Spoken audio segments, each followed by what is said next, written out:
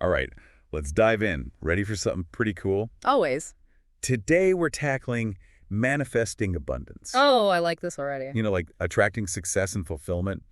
Our source material is this really detailed guide. Detailed is good. It goes way beyond like the usual think positive stuff. Right, because we all know that's not the whole story. It gets into 5 specific areas we can focus on and digs into the connection between, like attracts like and positive thinking. Okay, getting specific, that's key. And it gives us actual steps to take. Like, ever tried affirmations? Yeah, mixed results, I gotta say. Sometimes they feel kind of forced. We'll be unpacking those too, don't worry. All right, I'm ready to unpack. So what's interesting is this guide breaks abundance down into 5 areas. 5. All right, lay it on me. Career, social life, finances. Makes sense so far? And then your physical, mental, and emotional state. Okay, so it's holistic, I'm seeing that. And even community well-being.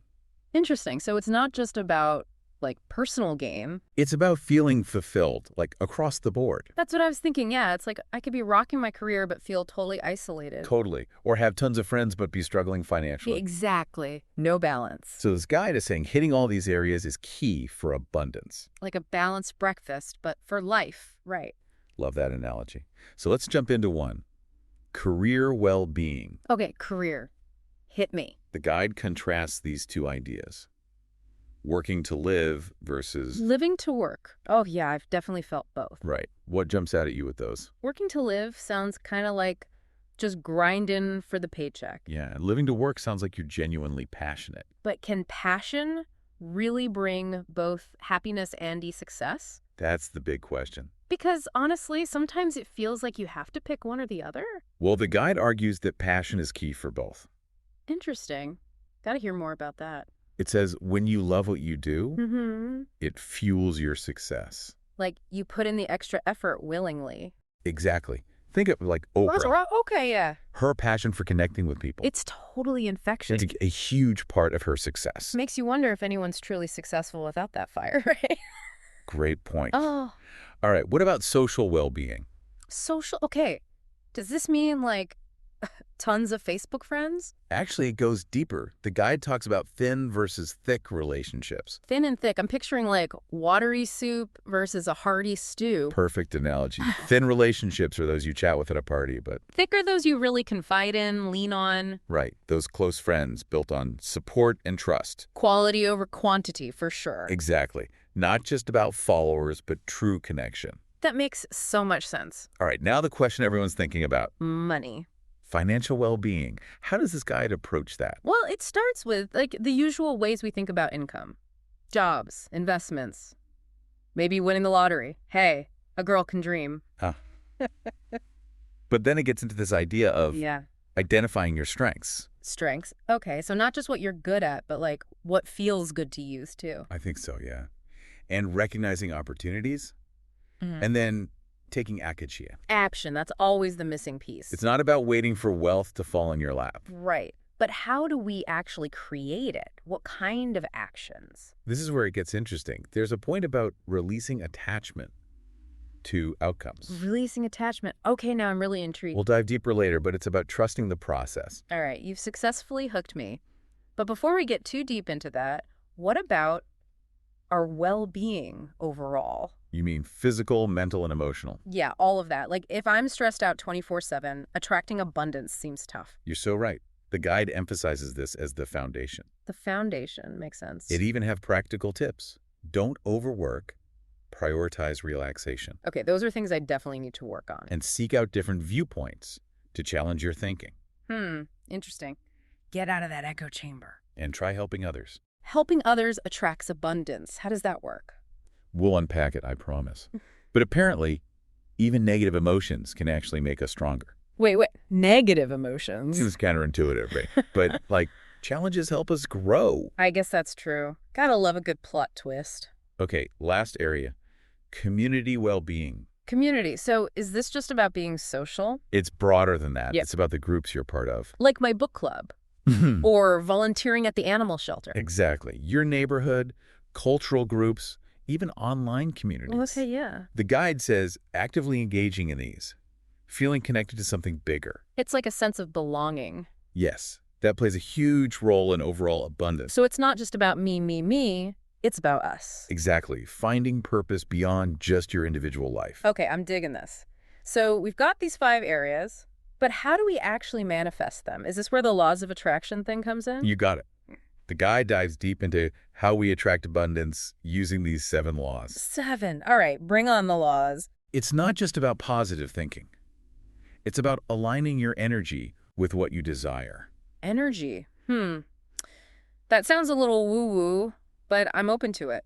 For example, the law of manifestation emphasizes not just visualizing your goals, Okay, visualizing I can do. but taking concrete actions toward them too. Right, because a vision board alone won't pay the bills. Exactly. Speaking of which, the guide also mentions different types of affirmations. Affirmations, yes. I've tried those. Like I said, sometimes they feel kind of cheesy. Well, it outlines 5 specific types. 5 different types. Okay, that's more than I realized. Things like purifying affirmations, those are about clearing negativity. Ooh, like a mental cleanse. I could use that. Right. So we're talking about tools to make manifestation practical. I'm feeling like this is more than just wishful thinking. There's actual meat to this. Totally. So where should we even begin with all this? So many good options. Where do we begin? Well, the guide says to start with an honest assessment.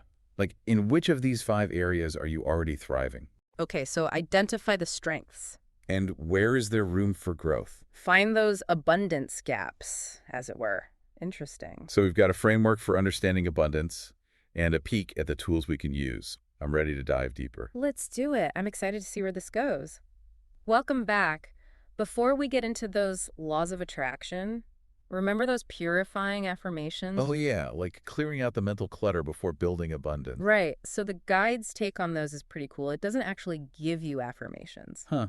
Interesting. So it's not like a pre-made list. Nope. It says we create our own based on what we need to let go of. Personalized mental detox. I like it. But how do we know what to purify? It's about those thoughts holding you back. Like maybe it's self-doubt. Oh yeah, the classic I'm not good enough kind of thing. Exactly. Or I'll never afford that. Those beliefs that block abundance. So affirmations replace them with something better. So instead of I'm not worthy of love, Mm, you might say I'm deserving of loving relationships. perfect example. And repeating these, it's like reprogramming your mind. Subconsciously supporting your goals. That's powerful stuff. It is. Okay, so we've purified the negative. What's next? What IS next? More affirmations. You bet. Admitting affirmations are next. It's about acknowledging where you are right now, good and bad. So not pretending everything's perfect, just being honest. Right. Accepting your reality so you can change it. The guide says this helps you see where to make changes, maybe seek support. I like that. Like if you're in debt, admit it clearly. No shame. Then make a plan. Ownership, not avoidance. Exactly. Admitted it. Now what? Now we contemplate. Contemplating affirmations are about getting crystal clear on your desires. Ah, okay. So this is more like the classic visualize your goals kind of thing. You got it. Connect deeply with those desires. Picture yourself achieving them. I can see how that would boost motivation for sure. It's like when you really contemplate it, the goal becomes more real. Totally. Okay, so we've cleared negativity, acknowledged where we are, and gotten clear on what we want. Time for action, right? Exactly. That's where applying affirmations come in. They're all about affirming your ability to take action. Ooh, I like this. So not just I will be rich, but I am capable of learning new skills to increase my income. Perfect example. Because manifestation isn't passive. Effort and consistent action are key. These affirmations keep you focused on the steps. Exactly. And finally, we've got those associating affirmations. Remember those. Vaguely. Remind me, what were those about again? Connecting your desires to positive feelings. The guide says, when you associate goals with joy, You attract more of that good stuff. you got it. So instead of focusing on how hard it is to save money, You visualize yourself on that dream vacation you're saving for, feeling happy and free. exactly. It's like making the journey enjoyable, not just the destination. I'm loving this affirmation toolkit. But before we jump into those laws of attraction, I want to circle back to the 5 areas. Good idea. Career, social, financial, physical, mental, emotional, and community. The guide has specific advice for each, right? It does, and I think this is where it gets really practical. Totally. Because remember, true abundance isn't just one area, it's the whole picture. Like all those areas working together to create a well-lived life. So let's start with career well-being. Key advice for abundance there. Aligning your career with your passions, your This values. resonates with so many people, I think. It's like your skills, your interests, and meeting a need in the world. It's that sweet spot, yeah. But what about people stuck in jobs they hate? The guide says to reflect. What are you drawn to, good at? What impact do you want to make? It's like rediscovering yourself, that spark, Once you understand your passions, then explore careers that fit. which could mean big changes. New school, new career, even starting a business. The guide encourages us to be open to those possibilities. To take those leaps of faith. I love that. Okay, what about social well-being? Abundance in relationships, how do we do that? Remember thick relationships. The guide really emphasizes those. Trust, respect, deep connection. We all crave that. The guide says, nurture these by being authentic, vulnerable. And being present with people, making an effort. Connect with those who share your values. It's like choosing your company wisely and putting in the work. Okay, now for the elephant in the room. Finances. Attracting financial well-being. How does the guide approach that? This is where mindset comes in, shifting from scarcity to abundance. Okay, I'm all ears. What does that actually look like? Believing there's enough for everyone, including you. Releasing those limiting beliefs about money. Oh yeah, money is evil kind of stuff. Exactly. Those hold us back. The guide suggests awareness, affirmations, and action. So mental shift, palapobis, practical step. Exactly. Clear goals, budget, exploring income streams, even financial mentors. Taking control, making a plan. Love it. And remember giving back. Sharing your abundance amplifies it. Like donating, supporting causes. Contributes to a more abundant world for everyone. Win-win. All right, let's move to an area that's often overlooked. Physical, mental, and emotional well-being. This is where self-care comes in, right? Big time. The guide says these three are super interconnected. We cultivate abundance here by prioritizing self-care, managing stress. And cultivating positive emotion. Exactly. Nurturing ourselves on all levels. Specific tips. Sleep, healthy diet, exercise, nature, things that bring you joy. Oh yeah, we need those reminders sometimes. Right. And stress management, like meditation, deep breathing, yoga, time with loved ones. All great stress busters. Okay, last piece of the abundance puzzle. Community well-being. Feeling connected to something bigger than yourself, belonging, contributing. Realizing we're all in this together. Exactly. The guide says, get involved locally, support causes, connect with like-minded people. Finding your tribe. I'm feeling so energized by all this. We've covered so much. 5 areas, affirmations, advice, and now I can't wait for those laws of attraction. Let's do it. Next, we'll unravel each of those laws, see how they can help us manifest incredible things. Okay, we've laid the groundwork, right? The 5 areas, the affirmations, specific advice for each. Now, bring on those laws of attraction. I'm kind of curious. Do these laws all work together, or are they like separate principles? Great question. The guide presents them as like interconnected principles that build on each other. Interconnected, okay. Think of it like a symphony. Each instrument plays its part, but together. They create this amazing sound. Exactly. It's not about picking and choosing. It's understanding how they all work together to create abundance. Okay, I like that. Symphony of abundance. So where do we even start? Let's start with the law of manifestation. That's kind of the foundation. It basically says our thoughts shape our reality. Okay, I've heard that before. But how does that actually work? It means we're not just passive observers, we're active creators by focusing on what we want and taking action. Yeah. We bring it into being. So it's not enough to just like daydream about that dream job. You have to actually update your resume, network, go on interviews. Exactly. Aligned action is key. It has to be in harmony with your goals. The universe doesn't reward intention, it rewards action, right? Something like that. I like that. Okay, so we've got intention, aligned action. What's the next law? Hit me with it. The law of unwavering desire. This is about focusing your energy on your goals with unshakable belief that you can achieve them. So it's about keeping that laser focus, not letting doubts creep in. Exactly. When you have that unwavering desire, it creates a powerful magnetic force. It's like setting your internal compass and following that direction no matter what. Okay, I'm feeling this. What about the law of delicate harmony? That one sounds kind of poetic. Right. This law reminds us that abundance is about all areas of life. It's a caution against like getting so fixated on one goal that you neglect everything else. Don't put all your eggs in one basket. Exactly. The guide stresses balance: career, relationships, finances, health, community, creating a life that feels abundant in every way. Makes sense. Okay, what about the law of magnetism? Is this where, like, attracts like comes in? Yeah. Ding, ding, ding. This law says our thoughts and feelings emit a certain energy that attracts similar energy back to us. So if I'm feeling grateful, joyful, I'm more likely to attract positive experiences. Exactly. But if you're constantly dwelling on negativity, you might attract more of that. Ugh, I definitely don't want that. So how do we cultivate that positive energy? The guide says practice gratitude, do things you love, surround yourself with positive people.